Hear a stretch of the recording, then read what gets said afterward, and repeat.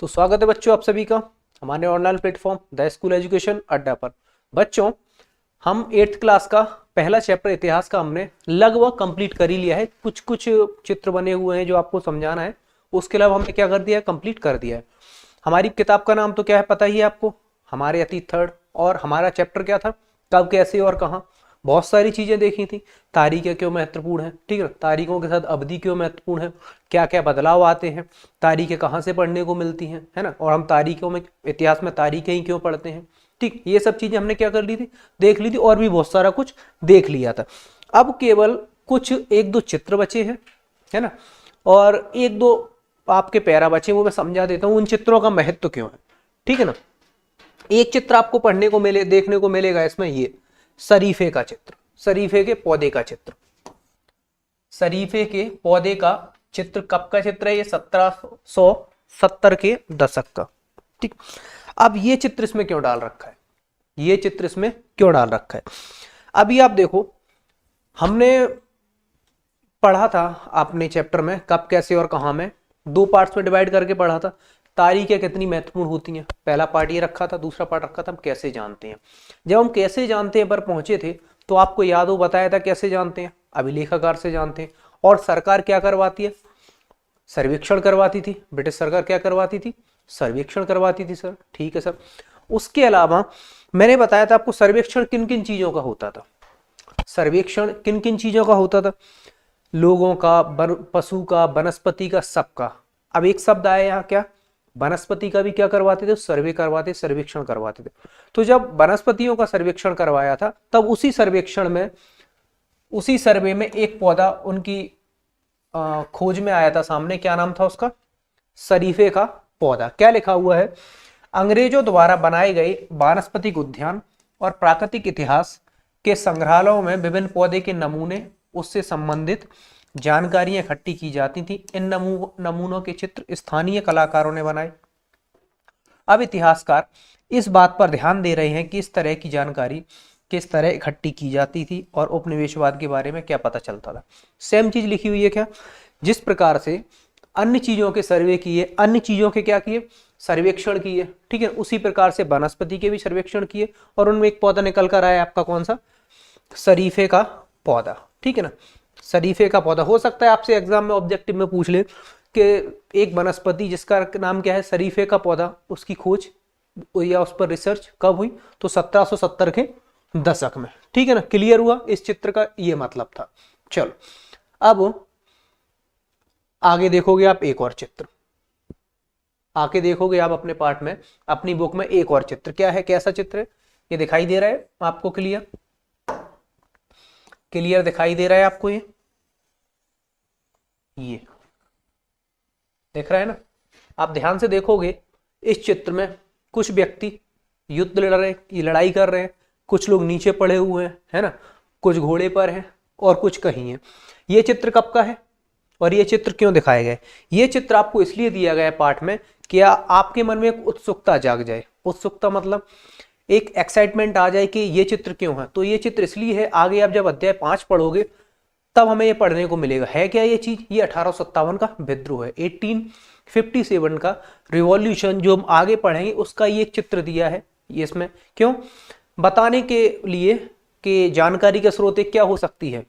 जहाँ टॉपिक था ना हम कैसे जानते हैं, तो आपका अभिलेखागार थे जानने का स्रोत, ठीक है सर, आपके रिकॉर्ड्स से सर, वो भी समझ में आ गया, है ना।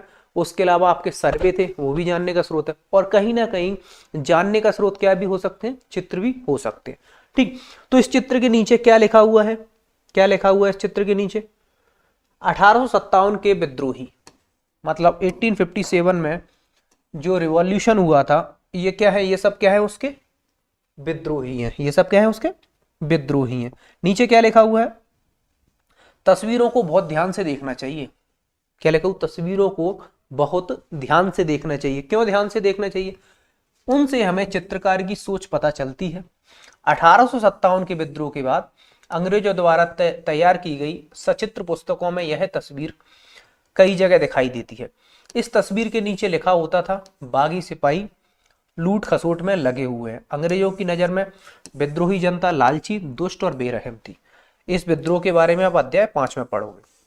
इस विद्रोह के बारे में आप कहाँ पढ़ोगे, अध्याय 5 में पढ़ोगे।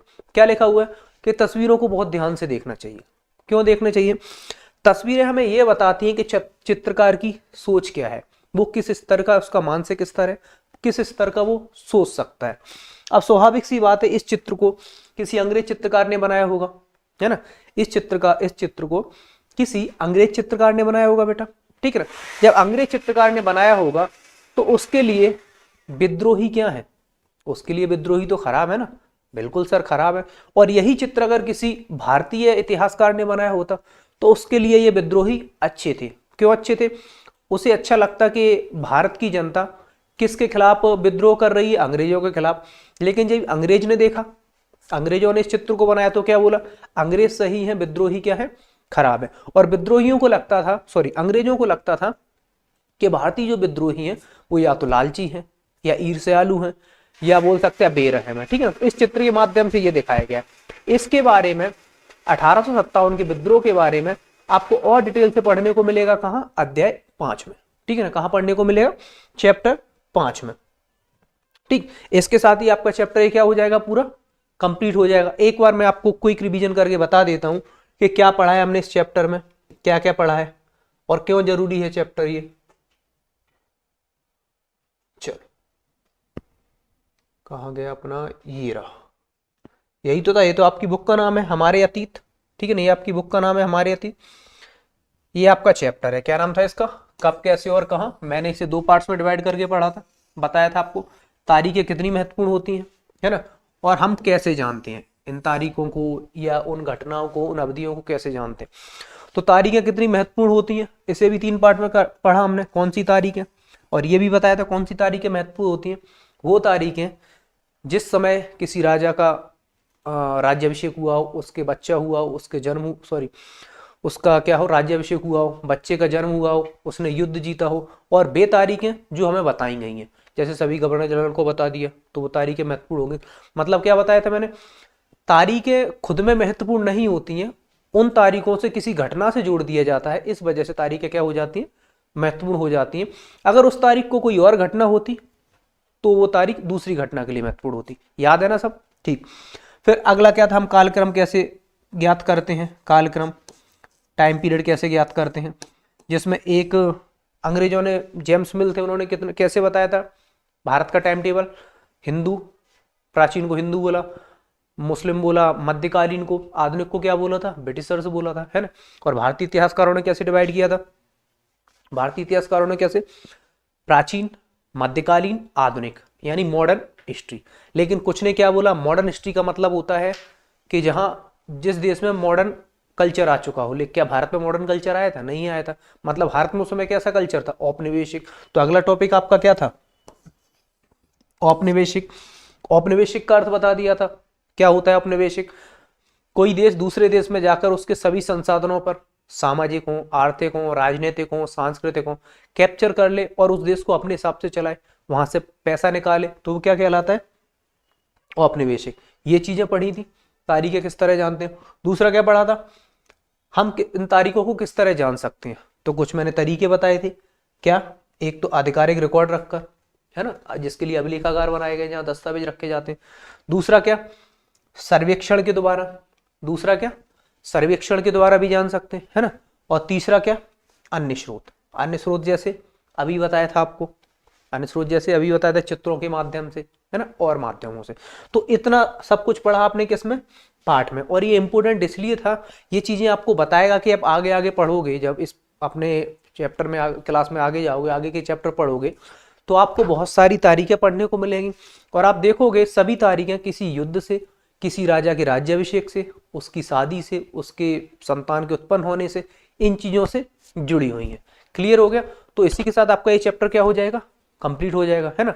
और अब आपको क्या करना है, चैप्टर का अच्छे से रिवीजन करना है, ठीक है ना। उससे पहले हम क्या करेंगे, इसकी जो प्रश्नोत्तरी है, कुछ क्वेश्चंस आपकी बुक में दिए हुए, कुछ ऑब्जेक्टिव क्वेश्चन एग्जाम के दृष्टिकोण से, एग्जाम के प्रोस्पेक्टिव से इंपोर्टेंट है, वो मैं आपके सामने क्या करता हूं, अभी डिस्कस करता हूं। तो चलो पहुंच जाओ फिर सीधे कहां, आपकी प्रश्नोत्तरी पर।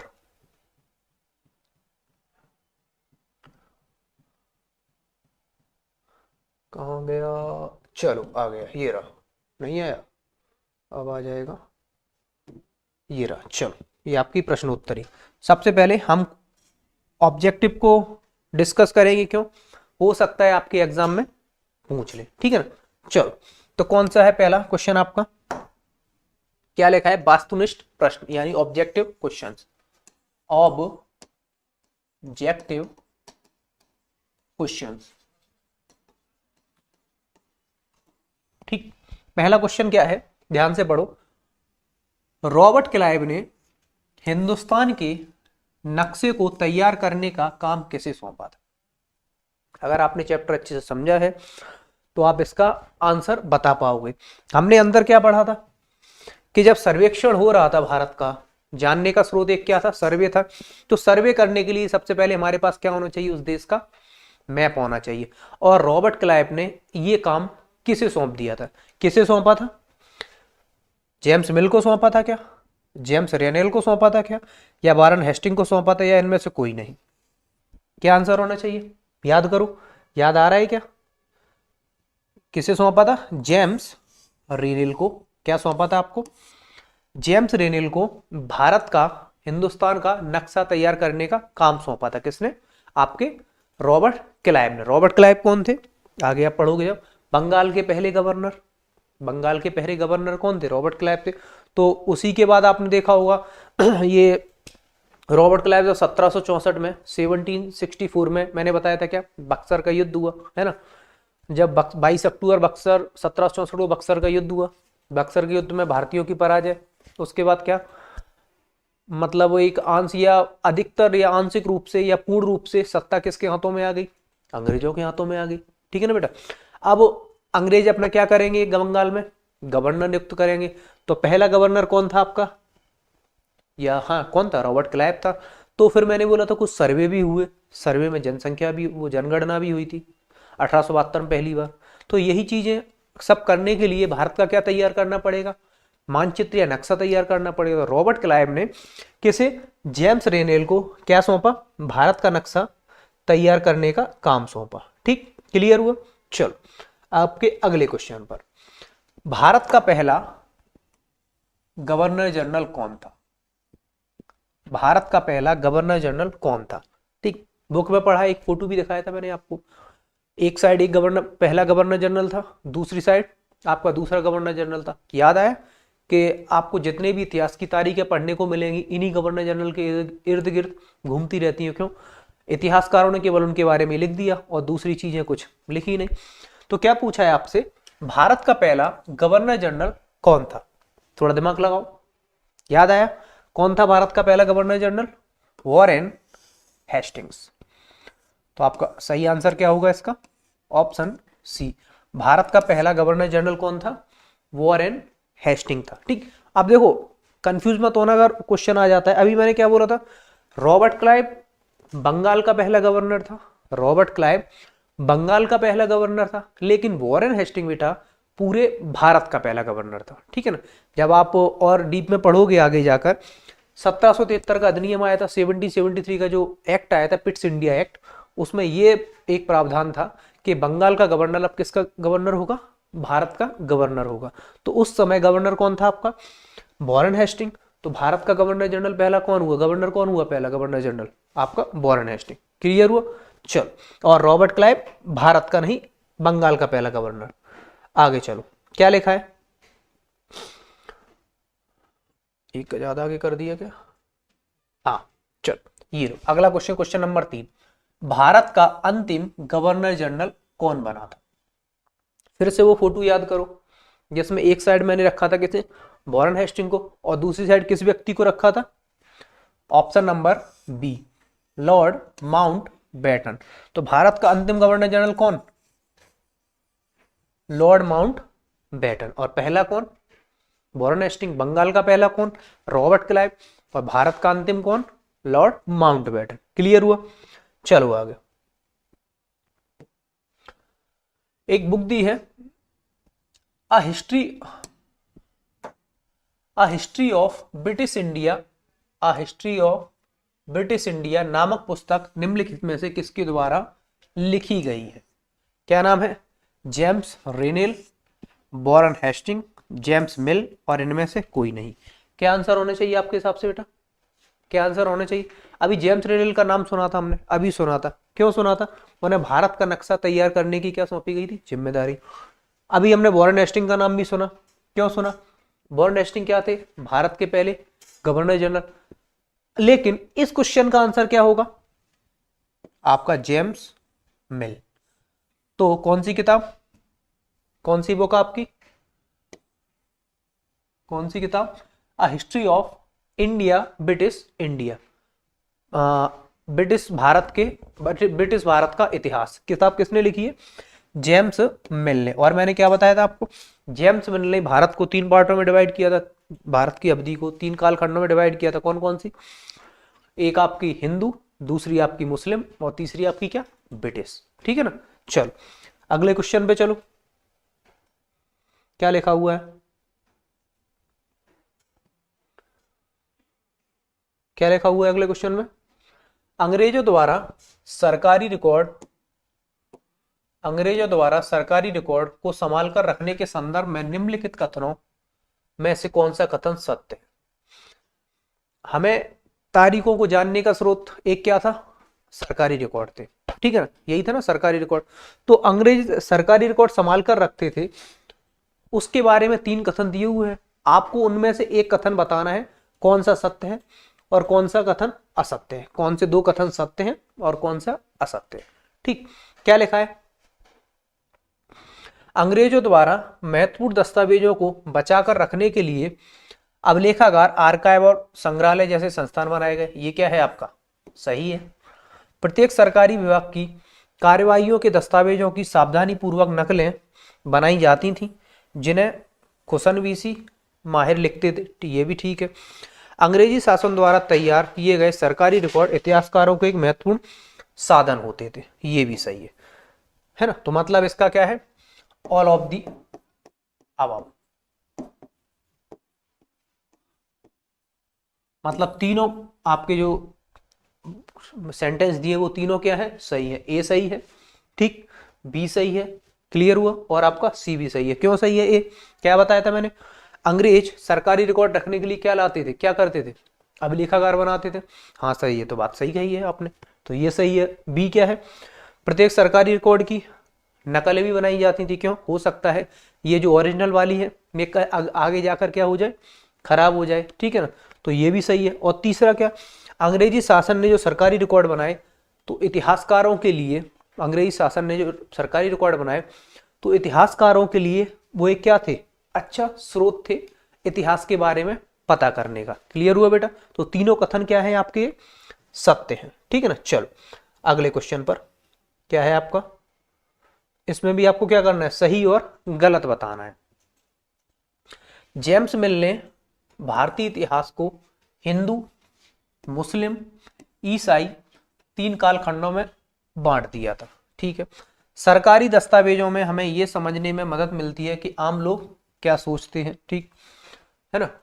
अंग्रेजों को लगभग सही तरह शासन चलाने के लिए सर्वेक्षण महत्वपूर्ण होते थे। अंग्रेजों को लगभग सही तरीके से चलाने के लिए सर्वेक्षण महत्वपूर्ण होते थे। ठीक, अब आपको बताना है इनमें से कौन सा कथन सत्य है। सोचो जरा, कौन सा कथन सत्य है और कौन सा असत्य है इन तीनों में से। सबसे पहला क्या है? जेम्स मिल ने भारतीय इतिहास को हिंदू, मुस्लिम और ईसाई यानी वो ब्रिटिश 3 कालखंडों में बांटा था। तो मतलब ये क्या है आपका? सही है। ये क्या है? सही है। ठीक है ना। दूसरा क्या? सरकारी दस्तावेजों से हमें यह समझने में मदद मिलती है कि आम लोग क्या करते थे। पता चला ना, पता चलता है ना। ठीक है सर, ये भी सही है। तीसरा क्या? अंग्रेजों को लगता था कि सही तरह शासन चलाने के लिए सर्वेक्षण महत्वपूर्ण होते हैं। क्या होते हैं? सर्वेक्षण महत्वपूर्ण होते हैं, इसीलिए तो उन लोगों ने क्या किया? सर्वेक्षण करवाए। तो ये कथन भी आपका क्या है? सत्य है। तो तीनों कथन इसमें आपके क्या है? सत्य। तीनों कथन इसमें आपके क्या है? सत्य। ठीक है ना। चलो हो गया आपका क्या? ये ऑब्जेक्टिव वाले क्वेश्चंस आपके सारे क्लियर हो गए हैं। ऑब्जेक्टिव वाले कुछ जो महत्वपूर्ण है वो भी डाल दिए मैंने, और कुछ जो किताब में दिए एक दो वो भी डाल दिए मैंने। ठीक है ना। तो आपका चैप्टर कंप्लीट हो गया है ना। आपका क्या हो गया? चैप्टर कंप्लीट हो गया। और आपके जो ऑब्जेक्टिव वाले क्वेश्चंस थे वो कंप्लीट हो गए, है ना। अब हम अगली क्लास में क्या करेंगे, इसकी जो थ्योरेटिकल है ना, उन क्वेश्चनों को क्या करेंगे, अच्छे से सॉल्व करेंगे। ठीक है बेटा, तब तक आप क्या कर लो, अच्छे से इसका रिवीजन कर लो। मिलते हैं आपसे फिर अगली क्लास में। Bye bye.